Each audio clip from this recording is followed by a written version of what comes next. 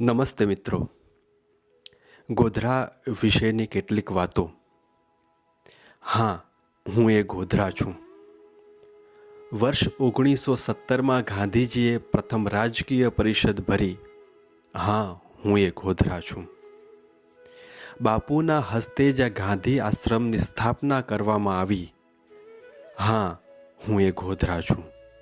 આઝાદી આંદોલનમાં બાપુની અહિંસક લડાઈનો ક્રાંતિ મંત્ર લેવા ડૉક્ટર રાજેન્દ્ર પ્રસાદ, મદન મોહન માલવિયા, ગોપાલ કૃષ્ણ ગોખલે, વિઠ્ઠલભાઈ પટેલ, મહંમદ અલી જીણા, સુભાષચંદ્ર બોઝ, ગણેશ વાસુદેવ માવલંકર, કાકા સાહેબ કાલેલકર, વિનોબા ભાવે, વિઠ્ઠલ લક્ષ્મણ ફડકે એટલે કે મામા સાહેબ ગોધરાના કનેલાવ તળાવ પાસે ભરાયેલ પરિષદમાં હાજર રહ્યા હતા.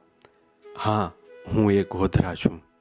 લોખંડી પુરુષ સરદાર વલ્લભભાઈ પટેલે પોતાની વકીલાતની કારકિર્દીની પ્રથમ શરૂઆત જ્યાં કરી હતી. હા, હું એ ગોધરા છું. સરદાર વલ્લભભાઈ પટેલ ગાંધીજીને પ્રથમવાર જ્યાં મળ્યા હતા. હા, હું એ ગોધરા છું.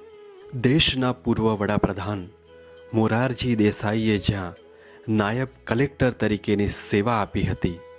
હા, હું એ ગોધરા છું. વંચિતોની સેવામાં મામા સાહેબ ફડકે જ્યાં પોતાની જિંદગી સમર્પિત કરી નાખી.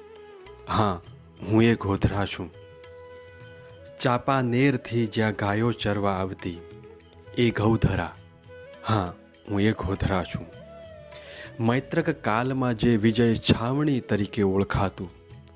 હા, હું એ ગોધરા છું. મુઘલ કાળમાં સરકાર તરીકે ઓળખાયું. હા, હું એ ગોધરા છું. ગોધરાની ઐતિહાસિક અને ગૌરવવંતી ભૂમિને વંદન. આઈ લવ ગોધરા. ધન્યવાદ.